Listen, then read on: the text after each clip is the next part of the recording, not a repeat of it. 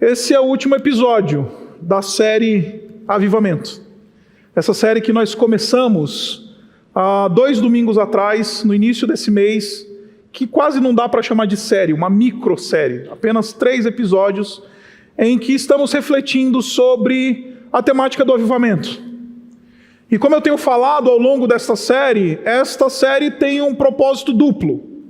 O primeiro deles é um propósito didático, para com a nossa própria igreja. Nós queremos ajudar você a entender que avivamento não é coisa de gente só dos carismáticos, como a gente fala, né? No nosso orgulho histórico, no nosso orgulho teológico, batista, reformado, que a gente, enfim, diz que sabe todos os livros da Bíblia de cor, nesse orgulho de amar a teologia, nesse orgulho de ser gente que fala, que confessa a sã doutrina, que leva a sério a tradição apostólica, muitas vezes a gente deixa de considerar o fato de que também somos convidados a amar o nosso Deus com todo o nosso coração, não só com o nosso entendimento. E aí a gente vive uma dicotomia tola, e burra, e ignorante, porque a gente acha que o pessoal da palavra é o pessoal da palavra, e o pessoal do fogo e do avivamento é o pessoal do fogo e do avivamento, e esses dois, eles não se coadunam. Sim, nós somos uma comunidade que valoriza bastante o ensino da palavra, que valoriza a fé cristã, que valoriza o testemunho dos apóstolos, que valoriza a doutrina como ela foi articulada dentro da tradição cristã. Mas nós não queremos ser só gente de cabeça grande, da teologia. Nós também queremos que você, membro dessa igreja, frequentador dessa igreja, também tenha um coração aquecido pelo Evangelho, pela operação de Deus. Costumo dizer que o crente perfeito é aquele que tem a mente de um histórico reformado, mas tem o coração de um pentecostal, mas tem o coração de um carismático, que é avivado, que ama, que se apaixona de maneira profunda pelo Senhor Jesus Cristo. Esse é o movimento didático que queremos com a nossa igreja. Mas também nós temos um movimento apologético acontecendo aqui, de correção de uma falsa doutrina. Porque nós falamos muito dentro da tradição evangélica de avivamento. Nós conhecemos pastores, eventualmente, que se apresentam como evangelistas. Nós falamos de ministérios de avivamento. Nós, eventualmente, somos dados, nos é vendida a ideia de que se a gente tiver algum tipo de mecanismo espiritual ou fórmula, a gente cumprindo esses pré-requisitos, nós vamos experimentar avivamento, assim como 2 mais 2 são 4. Então, se você fizer isso, se você fizer aquilo, se você ajoelhar, se você for na montanha orar, se você fizer isso ou aquilo outro, então você vai, de fato, experimentar avivamento. Como se avivamento fosse uma fabricação de um método religioso. Não. Nós estamos falando justamente o contrário disso aqui na nossa igreja, ao longo desse mês. Nós estamos propondo que avivamento, como tem a definição que nós propusemos para você no passado, essa definição diz que avivamento, pode colocar para a gente, avivamento, ela é uma obra operada pelo Espírito de Deus. Só o Espírito de Deus pode operar avivamento. Avivamento não é uma fabricação humana. Avivamento não é algo que a gente inventa. Avivamento não é um movimento que acontece depois que a espinha arrepia no louvor. Avivamento não é levantar tênis para o alto no evento gospel. Avivamento não é nada disso. Avivamento não é retórica apaixonada. Avivamento não é louvor quente no Lá menor. Avivamento não é nada disso. Avivamento é uma obra operada pelo Espírito de Deus. Tão somente pelo Espírito de Deus. Trazendo nova vida no meio do seu povo. Fazendo com que aquele que está no estado de letargia, fazendo com aquele que está no estado de indiferença, fazendo com aquele que está no estado de frieza espiritual, ele possa de fato começar e voltar a experimentar amor verdadeiro, frutos verdadeiros, uma paixão verdadeira pelo Evangelho, pelo nosso Senhor. Avivamento não é uma fabricação humana. Avivamento é uma operação soberana do Espírito de Deus. E essa operação soberana do Espírito de Deus, ela conduz a 3 movimentos na vida do crente. O primeiro deles é que esse movimento conduz a verdadeiro arrependimento. Avivamento não é pular para Jesus, mas é dobrar os joelhos em arrependimento pelos nossos pecados. Ali está o verdadeiro avivado. O verdadeiro avivado, ele não está nos eventos midiáticos, gospel, que a gente vê por aí, nas redes sociais, na agenda evangélica. O verdadeiro avivado, ele está de joelhos, quebrantado aos pés da cruz, dizendo: tem misericórdia, Senhor, porque sou pecador. Este é o primeiro movimento do avivamento. Ele quebra a nossa dura cerviz, ele expõe a vileza de nosso pecado e então nos compunge diante de um Deus santo, pedindo misericórdia por causa dos nossos pecados.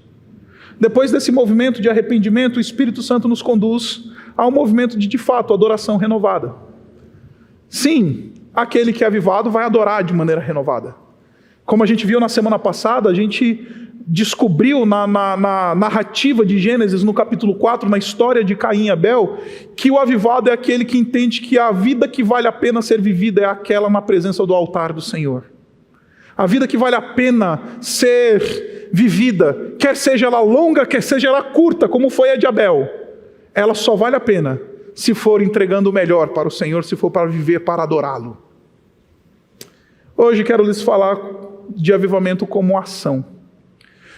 Porque avivamento, meus irmãos, nesses 2 termos iniciais que falamos nos últimos domingos, avivamento é uma coisa bastante subjetiva, não? É muito difícil você medir arrependimento, né? Não existe o arrependimentômetro, que você coloca assim no sovaco da pessoa. Isso ia me ajudar tanto na minha vida pastoral. Se o cara entrasse lá chorando no teu gabinete, às vezes é lágrima de crocodilo, mas ele está chorando de maneira muito compungida. Aí, se esse negócio existisse, seria muito fácil para mim, pastor. Aí eu ia colocar assim no sovaco do indivíduo e falar assim: vai apitar aqui. Se não apitar o arrependimentômetro, você não se arrependeu. Não dá, é subjetivo, não? A mesma coisa é a adoração. Como é que a gente mede a adoração apaixonada ou não apaixonada, mais apaixonada ou menos apaixonada? É só aquela que chora? É só aquela que pula? É só aquela que levanta a mão? Também é absolutamente subjetivo, é difícil detectar e nominar avivamento a partir de arrependimento ou de adoração. Mas saiba, se há um termômetro objetivo que nos mostra um verdadeiro avivado, é quando ele põe as suas mãos no serviço e serve e se dedica à prática da justiça. O verdadeiro avivado serve. O verdadeiro avivado age. Ele transcende a barreira do arrependimento. Ele vai além da adoração quente e fervorosa. O verdadeiro avivado é aquele que também põe as mãos a serviço do Senhor. É aquele que não somente tem um coração arrependido, que não somente tem mãos que se levantam em adoração ao Senhor, mas ele também tem um movimento de ação no mundo, transformadora, generosa, sacrificial, abençoadora, tocante, que faz a diferença no mundo. Os avivados não são os que pulam em cultos de música animada. Os avivados são aqueles que pleiteiam a causa do justo, do órfão, da viúva, do pobre, do estrangeiro. Os avivados são aqueles que sangram em nome do Evangelho e se sacrificam por causa do Senhor Jesus Cristo. E nesse texto que nós acabamos de ler, nós encontramos então um homem que se encontrou com Jesus e experimentou justamente isso. Depois que Zaqueu encontrou o Senhor Jesus Cristo, ele não pulou, ele não levantou mão em adoração, ele simplesmente praticou a justiça. Ele simplesmente foi num movimento de generosidade. Mas para que a gente possa entender todo esse movimento que acontece na vida de Zaqueu, a gente precisa entender essa perícope da seguinte perspectiva. Zaqueu, ele é um homem como eu e você, que antes do seu encontro com Jesus, ele vive uma tensão comum a todos nós, que é a tensão entre ser fiel a Deus e realizar e concretizar os seus sonhos, a sua carreira, os seus desejos. Isso não significa necessariamente que nossos sonhos, nossos desejos, nossas carreiras, aquilo que a gente pleiteia e a gente almeja na nossa vida, estejam necessariamente em um movimento contrário à vontade de Deus, ou que buscar essas coisas signifique necessariamente desonrar o Senhor. Mas o texto fala para nós que Zaqueu, versículo 2, ele era um homem que era rico, mas que ele também era chefe dos publicanos. Um publicano era alguém que pertencia a uma classe social em Israel odiada, absolutamente odiada. Por quê? Porque ele era aquele que cobrava o imposto de Roma dos seus compatriotas judeus. Era um judeu que estava a serviço do império. Era um judeu que cobrava imposto dos seus compatriotas. E o mecanismo de taxação e o mecanismo de contribuição civil nos dias do primeiro século dentro do Império Romano favoreciam de maneira muito plena a corrupção. Porque os procônsules, os indivíduos que estavam acima dos publicanos, eles simplesmente queriam receber a taxa devida. Agora, como o publicano levantou esse dinheiro, quanto ele levantou, isso era problema do publicano. Não existia nenhum tipo de movimento de auditoria ou de tentativa de preservar algum movimento de integridade nesse processo de arrecadação fiscal dentro do império. Portanto, o publicano ele tinha a única responsabilidade de entregar para as autoridades romanas aquilo que os romanos queriam. Se ele cobrava a mais ou a menos, se ele tirava a parte dele ou não tirava, se ele fazia isso ou aquilo, do sangue, do suor, do trabalho dos seus compatriotas, era problema dele. Por isso, os publicanos eram odiados, porque de maneira geral, eles então extorquiam, elevavam taxas tributárias, justamente para poder tirar sua parte nesse processo. E se tornavam pessoas ricas, riquíssimas. Zaqueu não era diferente. Ele enriqueceu fazendo isso. Ele enriqueceu fazendo com que o seu trabalho, os seus sonhos de riqueza, os seus sonhos de realização, fossem às custas da sua fidelidade a Deus. Porque como judeu, ele sabia que ele não podia fazer isso. Como judeu, ele sabia que ele não podia defraudar o seu compatriota. Ele sabia que a lei de Deus dizia não furtarás. Ele sabia que a lei de Deus dizia que ele não deveria dar falso testemunho sobre o imposto devido. Ele sabia que a lei de Deus era contrária e a vontade de Deus não validava aquele movimento comum a todos os publicanos. E note, Zaqueu era um chefe dos publicanos. Em outras palavras, Zaqueu é esse homem dividido, que está vivendo uma tensão comum a todos nós. Ser fiel no meu trabalho, ser fiel nas minhas relações, ser fiel com o meu cônjuge, ou realizar os meus sonhos à luz de qualquer infidelidade ao Senhor. Muitas vezes os nossos sonhos, aquilo que a gente almeja, nos vem às custas da nossa infidelidade a Deus. Muitas vezes a gente abre mão da nossa honradez e da nossa integridade diante de Deus, simplesmente porque a gente quer realizar sonhos, a gente quer ter dignidade, porque a gente quer construir um patrimônio, porque a gente quer fazer, e aí a gente faz um bem bolado aqui e ali, e crente é o bicho do jeitinho, né? Do bem bolado. Não, vamos fazer um bem bolado aqui, vamos fazer um negócio aqui entre a gente. Não, para que fazer esse negócio aí da nota, do imposto e não sei o quê? Não, vamos fazer o nosso aqui.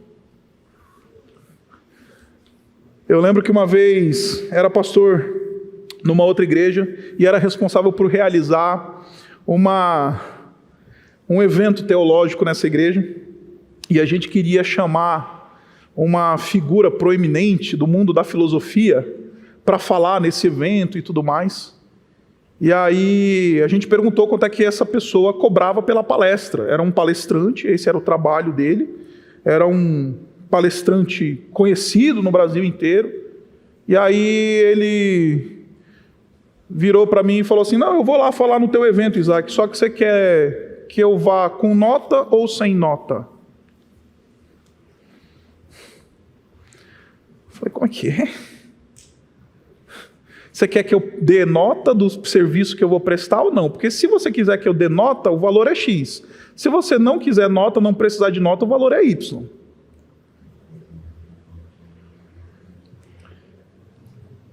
A gente, na busca pelas nossas coisas, a gente acaba entrando nessa zona cinza da vida, que a gente coloca e sacrifica no altar dos nossos sonhos e da nossa realização a nossa integridade diante de Deus. Zaqueu tinha passado a sua vida inteira fazendo isso, antes de se encontrar com Jesus. Zaqueu era um homem absolutamente dividido, que vivia essa tensão entre ser fiel a Deus ou realizar os seus sonhos espúrios.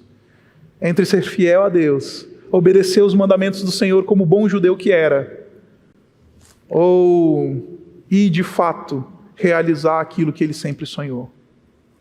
E meus irmãos, eu garanto para você que a gente também vive essa tensão. Estamos às vésperas do mês de março, quando a gente começa o nosso processo de declaração do imposto de renda. Eu costumo dizer que os meses de março e abril são os meses em que os crentes evangélicos são tentados de maneira profunda, mas silenciosa. Porque dói, né? Você vê 27,5% da tua renda indo pelo ralo. Aí você vira e fala assim: ah, mas dá para dar umas cambalhotas aqui, não dá?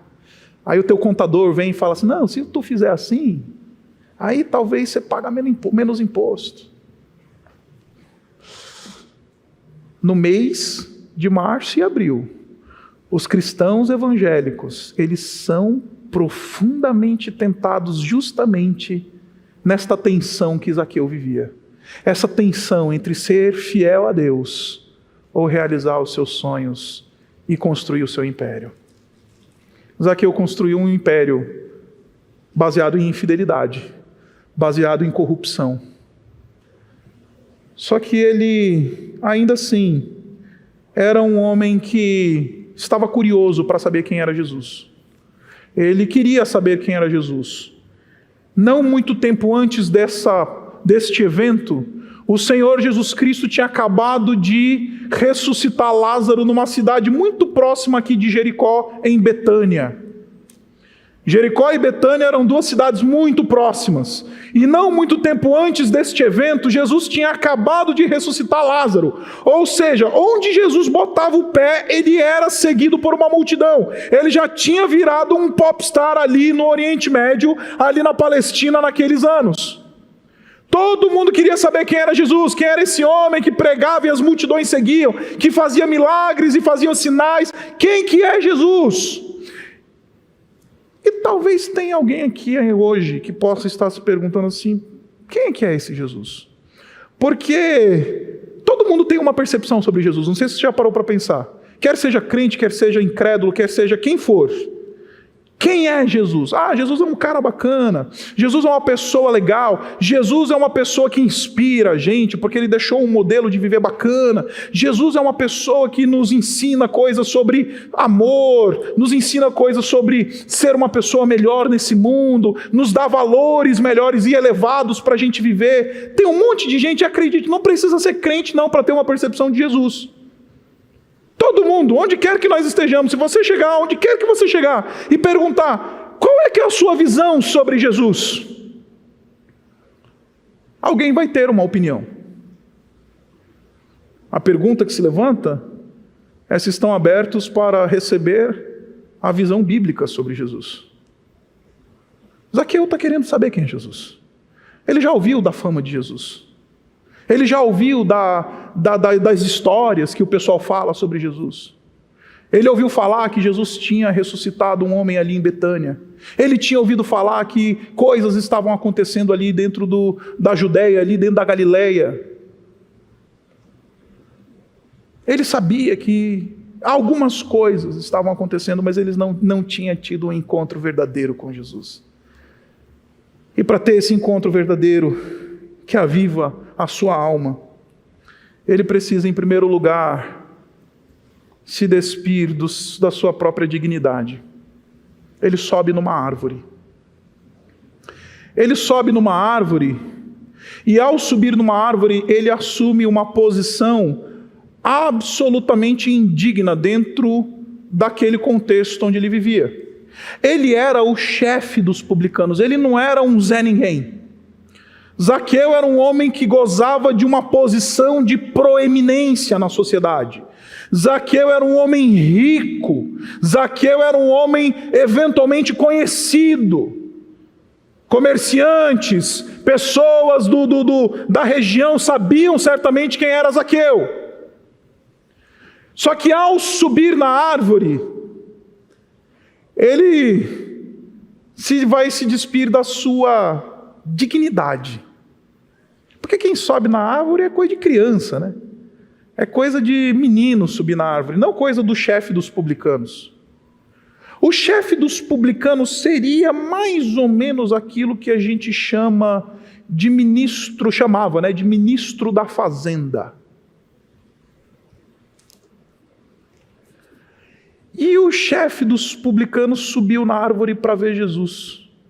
Ah, que cena patética. Que cena ridícula. O ministro da fazenda em cima da árvore para ver Jesus. Mas não somente isso.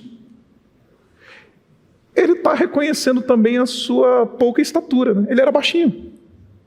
Imagina o pessoal passando e falar: ah, olha lá o nanico subiu na árvore. Olha lá o baixinho. Ele não somente está reconhecendo a sua falta de estatura corpórea, física, mas ele está, ao subir na árvore, reconhecendo a sua falta de estatura espiritual. A sua falta de estatura moral, a sua insuficiência para comparecer diante de Jesus.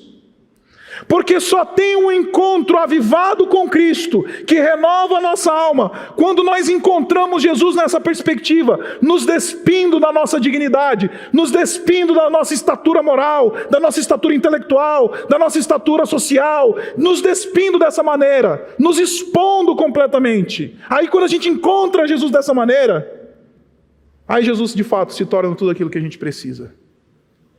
Aí Jesus de fato se torna tudo aquilo que a gente almeja encontrar nessa vida. Aí de fato Jesus se torna aquilo que de fato vai apaziguar o nosso coração e a nossa alma. Subiu na árvore. Às vezes a gente precisa subir na árvore, não por causa da nossa estatura física, mas por causa da nossa falta de estatura espiritual, por causa da nossa falta de dignidade moral, por causa da nossa incompetência espiritual, porque nós não nos bastamos espiritualmente, a não ser que a graça do Senhor Jesus Cristo opere na nossa vida. Subir na árvore significa: olha todo mundo aí, sim, eu sou pequeno. Olha todo mundo aí, sim, eu não consigo ver Jesus. Jesus está além da minha perspectiva moral, financeira, da minha profissão corrupta. Jesus está muito acima disso. Eu não dou conta.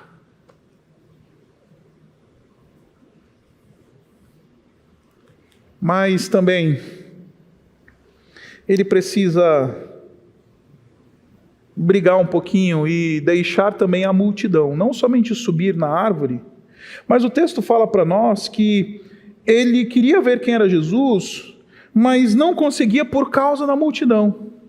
E Lucas está fazendo um desenho aqui muito interessante também quando ele descreve a multidão, porque esta multidão é uma multidão ruim, complicada, porque é uma turma de gente legalista. Olha só o que o versículo 7 diz. O versículo 7 diz assim: todo o povo viu isso e começou a se queixar. Ele se hospedou na casa de um pecador. Quando o povo viu Jesus dando atenção a Zaqueu, mais do que isso, entrando na casa do Zaqueu, aquela multidão que seguia Jesus como um herói começou a olhar para Jesus e falar: ah, comilão, beberrão, amigo de pecadores. O que Jesus está fazendo na casa desse pecador, desse publicano, ladrão, amigo do império? Essa é uma turma que, acredite, nos afasta de Deus. O legalismo está em franca oposição a um movimento de verdadeira espiritualidade e de avivamento. Não dá para ser legalista e avivado. Ou é avivado ou é legalista. Não existe legalismo avivado ou avivamento legalista. O Zaqueu precisa sair da multidão, porque na multidão é muito interessante, né? Porque tem gente no meio da multidão que segue Jesus por causa de Jesus, está lá porque quer ver Jesus, mas tem muita gente no meio da multidão que está lá por causa da multidão, porque já que a multidão está indo, também vou, mas não é um encontro com Jesus. E esse daí é o perito em virar legalista, porque já que não teve um encontro com Jesus, ele vai ter um encontro com a lei, ele vai ter um encontro com a moral e com os bons costumes. Aí a multidão toma para si o direito de definir quem é que senta, quem é que vai ter comunhão com Jesus. Isso é tudo a ver com crente, né? Crente é assim. Crente adora dizer, não, esse fulano aí já recasou, não merece ir para falar com Jesus, não. É o pessoal que faz o secretariado de Deus. Ai, não, tu tem tatuagem, apaga a tua tatuagem para você poder fazer parte da minha igreja. Não, você é assim. Secretários de Deus aparecem por aí, a multidão legalista. O que esse baixinho aí pensa que ele é? O que esse legalista pensa que ele é? Por que Jesus está dando atenção para esse pecador miserável, ladrão, extorque dinheiro de nós? Mas até onde me consta, a cruz também serve para estupradores. A cruz também serve para assassinos. Aí a gente vive esse secretariado de Deus, que não precisa nem ser estuprador, gente. Eu estou dando aqui uma cena para chocar você, de propósito. A gente vira secretário de Deus com um irmão que eventualmente gosta de um tipo de lazer que você não gosta. Ou tem uma classe social diferente da sua. Ou porque ouve um tipo de música que você não ouve. Viramos secretários de Deus, a multidão. A gente precisa se despir da multidão para poder ter um encontro com Jesus. Porque acredite, o maior inimigo de um processo de avivamento na nossa vida é encher o nosso coração de legalismo. O legalista nunca vai experimentar avivamento. O legalista nunca vai conseguir receber essa operação do Espírito de Deus, porque se tem uma coisa que o legalismo faz é encher o nosso ego, é encher a nossa autossuficiência, que diz pra gente assim, não, veja bem, eu dou o dízimo desde 1974. Contei essa pro pessoal da manhã, vou contar para vocês. Estava eu pregando numa igreja, falando sobre essas coisas, e aí um senhor chegou para mim e falou assim, pastor, que idade você tem? Nossa, como assim? Por que você quer saber isso? Eu me converti em 1974, você nasceu quando? Antes ou depois disso? Eu falei, eu nasci bem depois disso. Aí ele virou para mim e falou assim, desde 1974 eu não falho um mês no meu dízimo.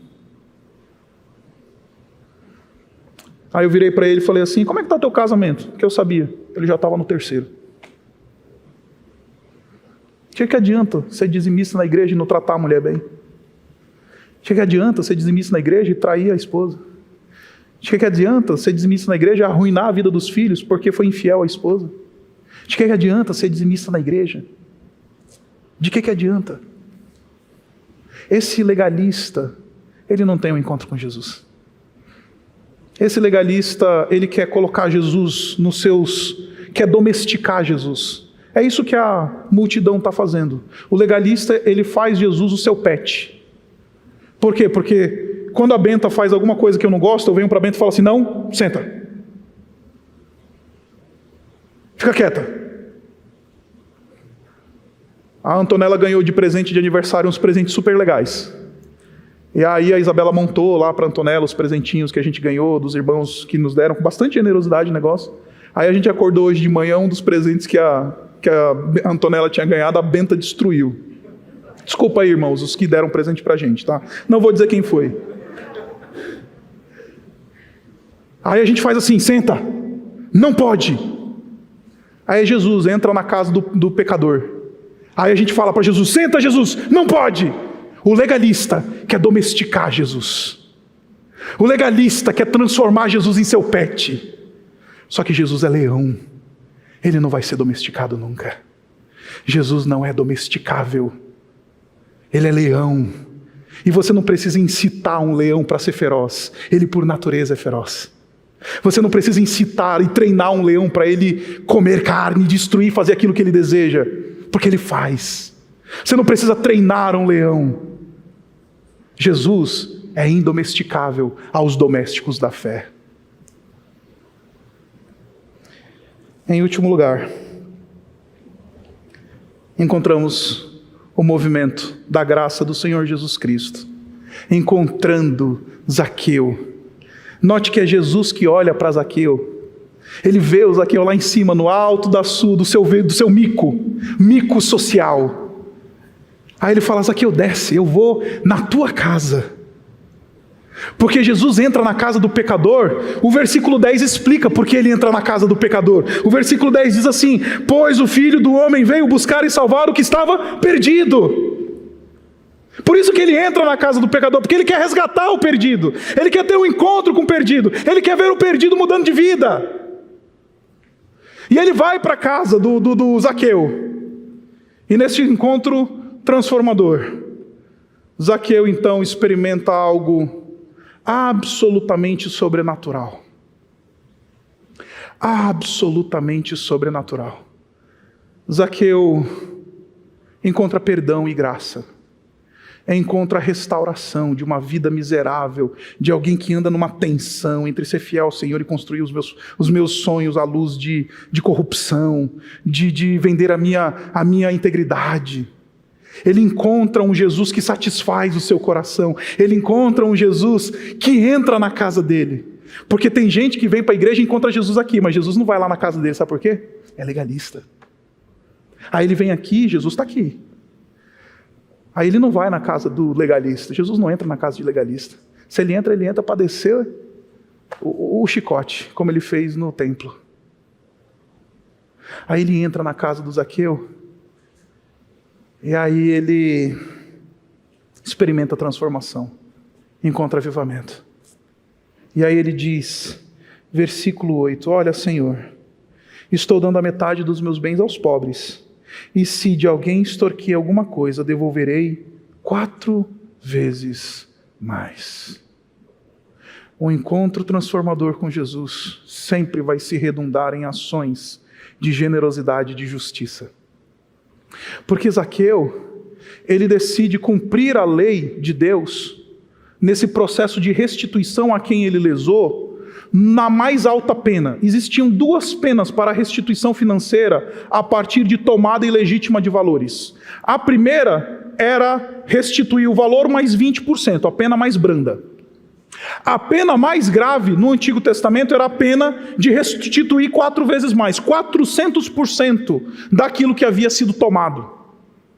Se você voltar em 2 Samuel capítulo 12, quando Natã fala para Davi que tinha um homem que pegou a ovelhinha do outro, mesmo ele sendo rico, aí o Davi bate no seu trono e fala assim, que este homem morra e que aquele que foi lesado seja restituído 4 vezes mais. É a lei sendo aplicada.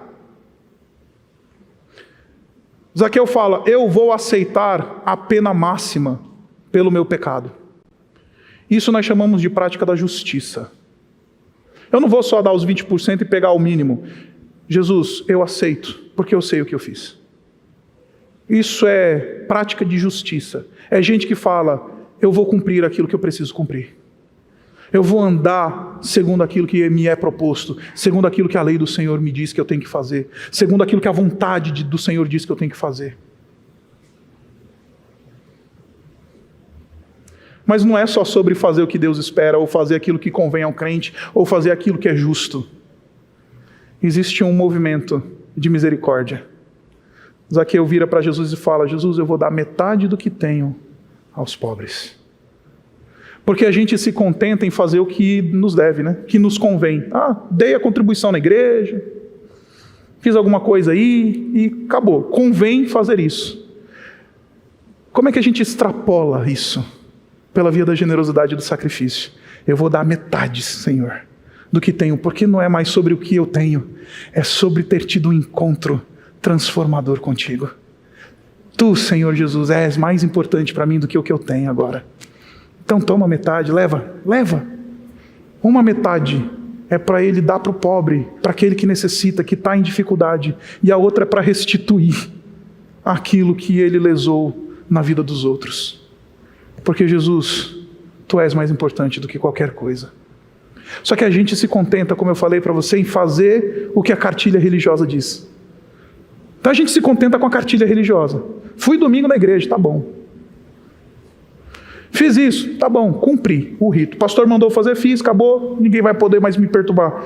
Mas não é sobre fazer a cartilha religiosa, cumprir a justiça. É transcender a justiça e viver de maneira generosa. Os avivados que tiveram um encontro verdadeiro com o Senhor Jesus, eles não se contentam em fazer só o que convém ao crente. Eles vão além, porque Jesus é mais importante do que tudo que eu tenho, do que tudo que sou.